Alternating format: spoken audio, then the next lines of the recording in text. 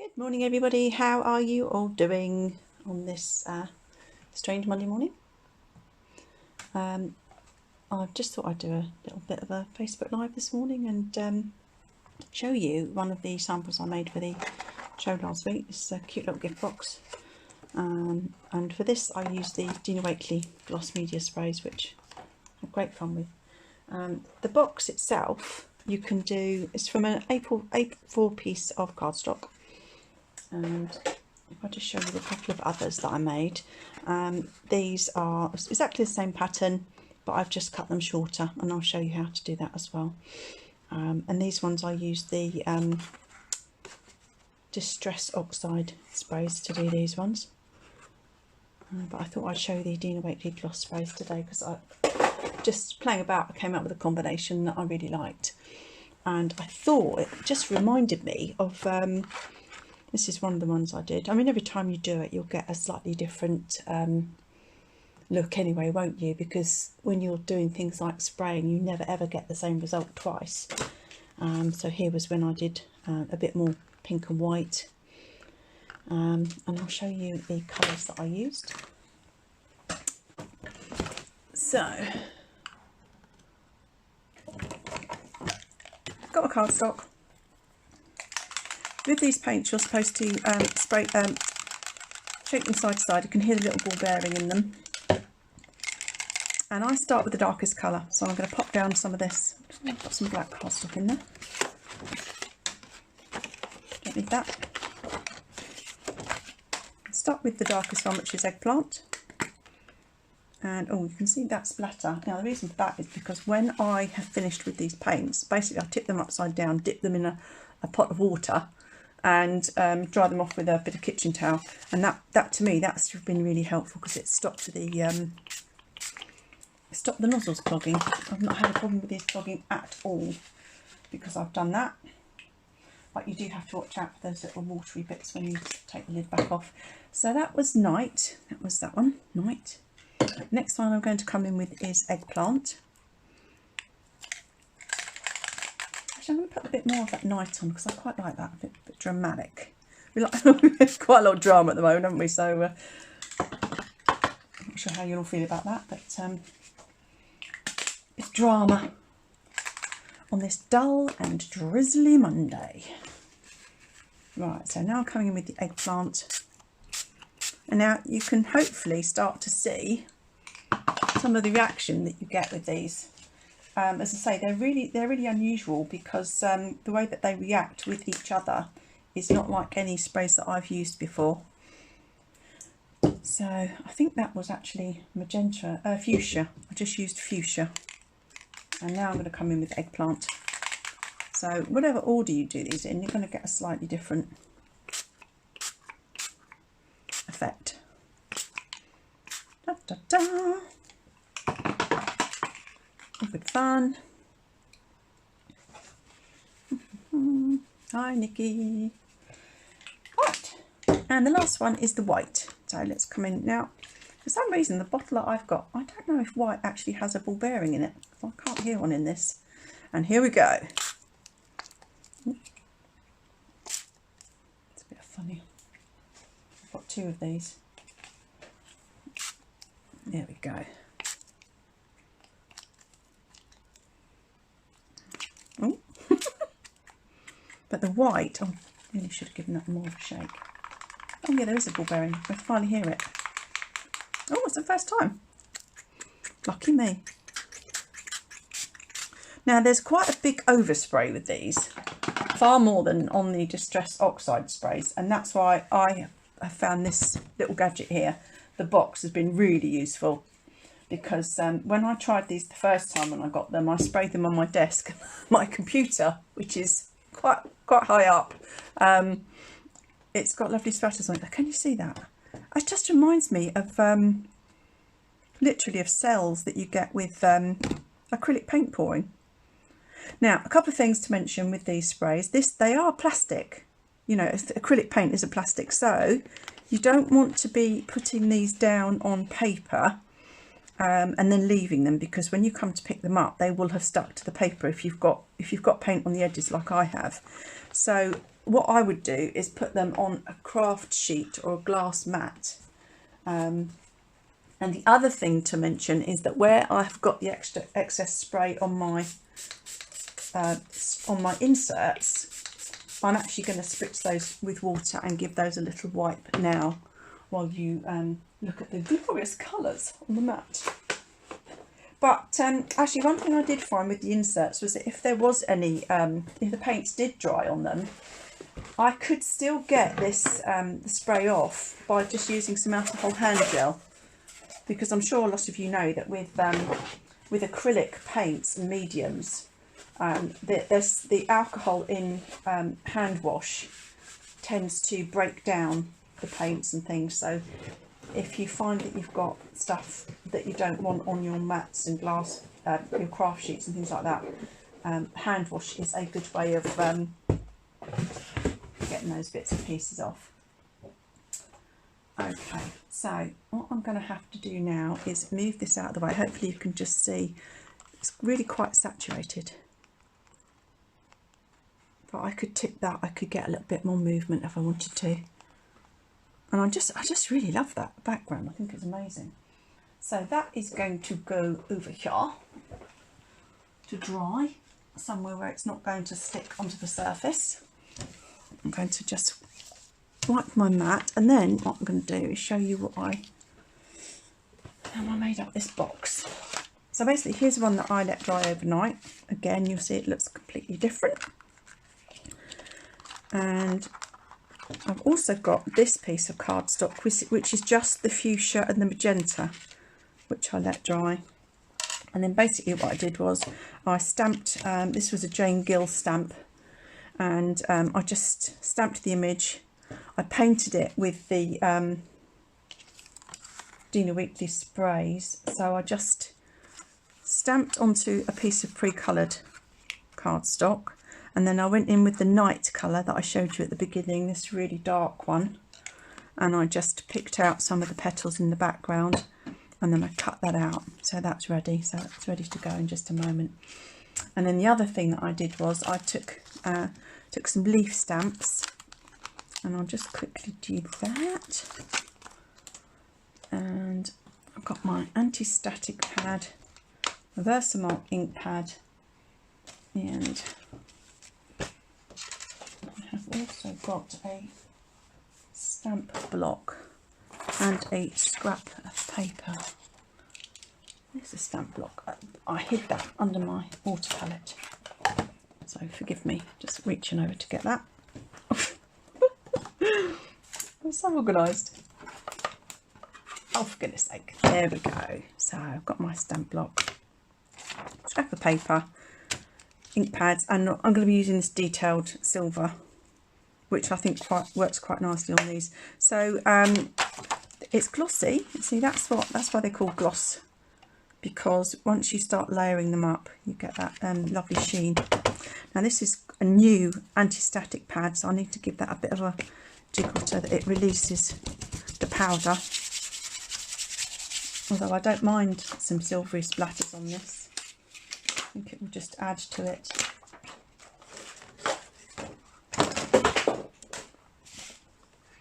And then I'll just take my stamp block and I lay that one down,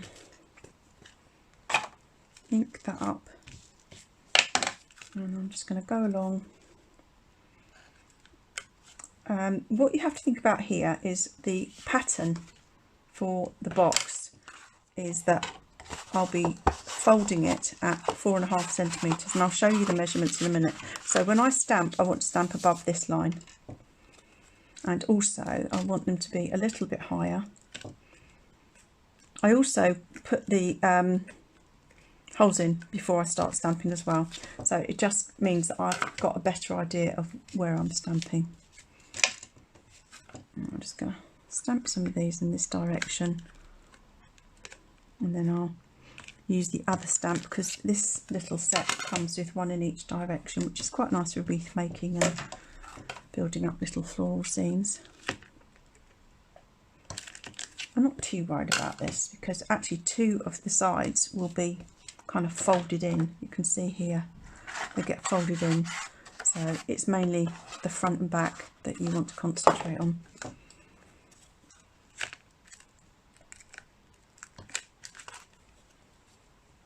Okay, so I'll emboss this little bit.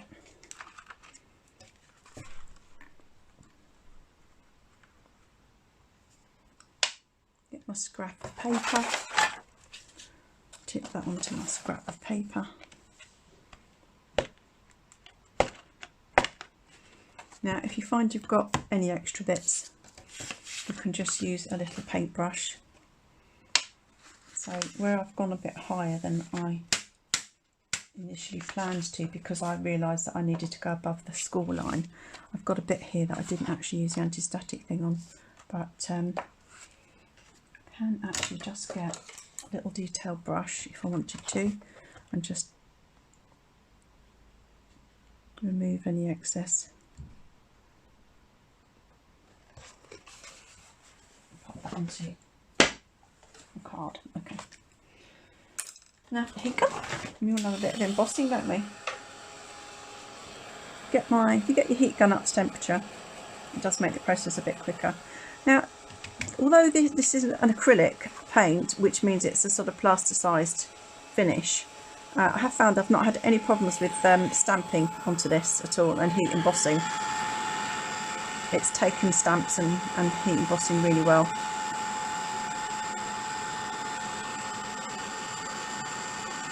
Put that down, hopefully you can see that. Putting the lid on my ink pad, because all your products will last a lot better if you remember to put the lids on them.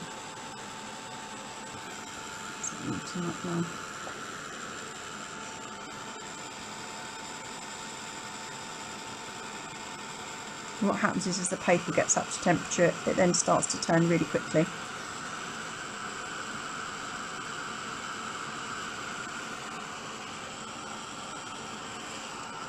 See that little bit at the top that hasn't turned? That's gone now. La, la, la, la, la, la. Seen all the jokes that have come out about Chris Rea. Oh, how's everybody doing? Our plans have changed, that's for sure. We're in tier 4. Yay. Turkey for 2.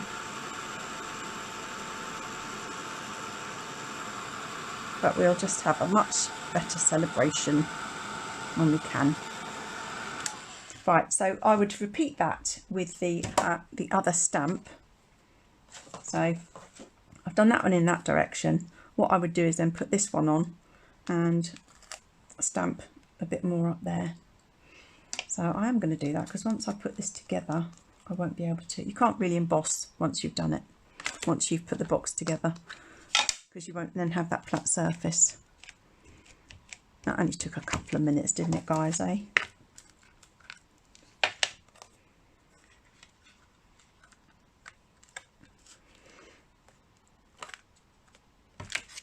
Dun, dun, dun, dun. So my friend went and did her shopping this morning. She calls it shopping with the wrinklies because she's over 70. And she said they were queuing up outside Waitrose when it opened, and it was quite a long queue, and they let the first 100 people in. They were about number 60, so they were quite lucky. They got in, got their shopping and got out again. So yeah, we shall see what happens. We went shopping on Friday, got a little turkey crown just in case we couldn't get anything when we go tomorrow, and it looks like that's all we're going to need now. Right, embossing powder again, and this is the last bit of embossing. I'm only going to do a leaf in each direction.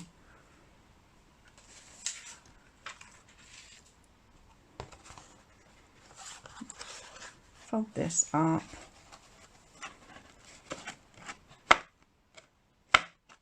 Tap it down. I think I've pretty much got them all there. And I can just see a little bit of extra at the top on one of them. Just up here. So again, I'm just going to move that, tap it off, and heat set that. Pop the lid on my ink pad, put that out of the way because heat doesn't do these products any favours. Put the lid on my embossing powder, so don't knock that over, and then let's emboss these bits. Okay, nearly there.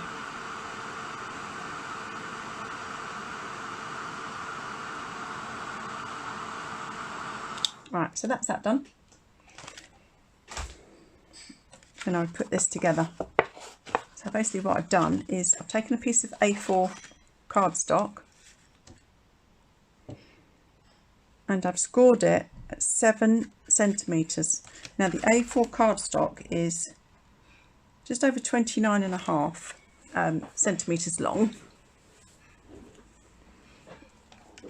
So what you want to do when you're making a box, you can use any size piece of paper.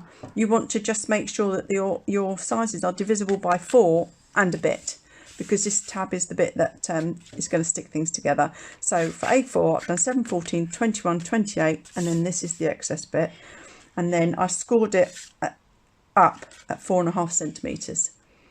And then what you do is you basically cut out little wedges. They don't have to be accurate, as you can see. You just want to go into that corner there, and these are going to be the bottom tabs that fold in. I don't like measuring, so this is perfect for me.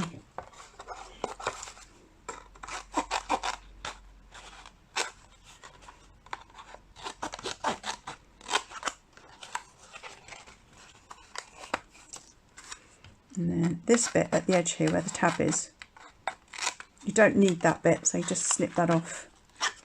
Turn it around this way. And just snip that off altogether. And this is going to form these bits here underneath. So basically I'm going to, when I did the holes, I basically folded over the tab, and then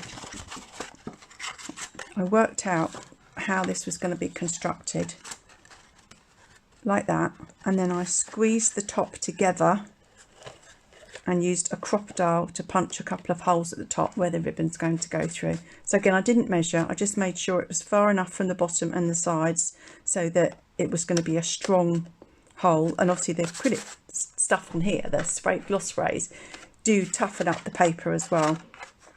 So that's the basis of it. So what I'm going to do is I'm going to use, you could use your red liner tape. I'm going to use some dry clear glue, and I'm going to pop that all the way along, and then fold that flat.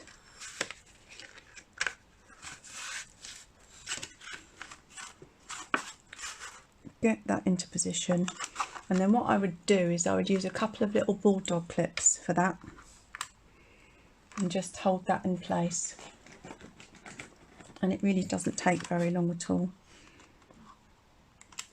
Okay, right, so that's long enough now, so I'm going to just take that away,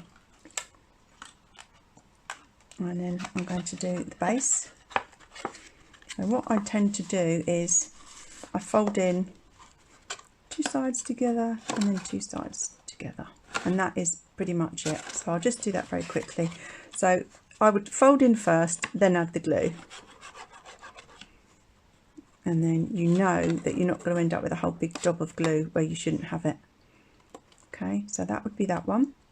Then I would add a bit more glue here, and you can add it on here if you want to, and then a bit more on here. And you can see this, there's quite a lot of space for this to actually adhere to, so I'll add a bit more on this one. Pop that down, and then I would turn that this way up, and I would just use something like a ruler, just pop that in and literally just hold that in place for a few seconds while that grabs. Now, once that has grabbed, I'm then going to get this silk ribbon. This is Sue Wilson ribbon, but obviously you've got any ribbon. You probably have some spares. Like, well, I don't know. If you do have a Christmas that you can be spending time with people and swapping presents, you might end up with some excess ribbon to play with. Basically, the way that you finish it is that you would then add your little, add your flower that you've cut off. You would just stick that down, and if you wanted to, before you did all this, you could just place your work out which of your sides is going to be front and back, and then you can, this is while it's still flat, offer up your or what do they call it? They call it auditioning now, don't they? It's not offering up. You can audition your flower, and you can add a few more branches if you wanted to, or you could cut them out and add them and have them as a decoupage layer. But once you've got it all constructed, you're just going to put the ears together, and I would work out which way you want the ribbon to go, which is, obviously if this would be the back, so if I wanted that to be the front, I would turn it around and do it the other way, and then just get a pokey tool or something and stick it through the hole on one side, through both the holes, because what I'm doing is squeezing the top together, pull that through, and then at this point I wouldn't actually cut the ribbon and tie it into a bow until my gift was inside, because once your gift is inside, then you can pull your ribbon, tie your bow,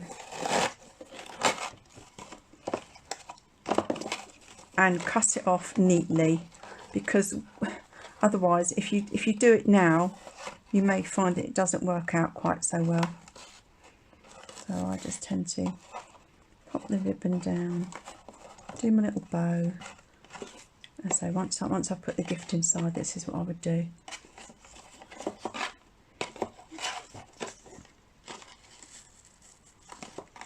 And there you have your little gift box. Now, if you wanted this gift box to be shorter, then what you would do is, so this, I've used the full width of the A4 paper. So remember, I've got 4.5 centimetres here, and then I would just literally chop it here.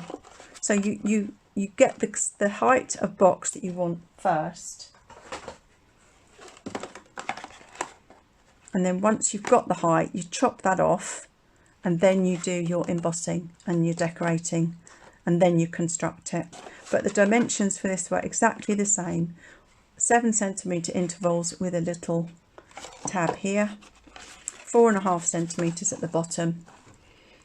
Because when you think about it, if you're looking at your width is 7 centimetres, half of 7 centimetres is 3.5. So that's why this is 4.5, because then you have a centimetre overlap for each of the little flaps at the bottom. Okay, so you can make these boxes pretty much any size you want to, depending on the size of the paper that you've got. So that's it, my darlings. That is how you make a little box. That's how I got these wonderful backgrounds using the Delusion sprays. I'm going to bring over the one that I did earlier. This is the one that we started off with, and you can see how that's progressing. Isn't that gorgeous? I absolutely love it. And these take about half an hour to dry. So I've only got a slight puddle here that's not yet dry. So yeah, and you could also use them for backgrounds, for all sorts of things. But there's my little box. I hope you enjoyed that. It was slightly chaotic, as most things are in my life these days. But thank you ever so much for joining me, and stay well, and I'll be back on soon. Take care. Bye.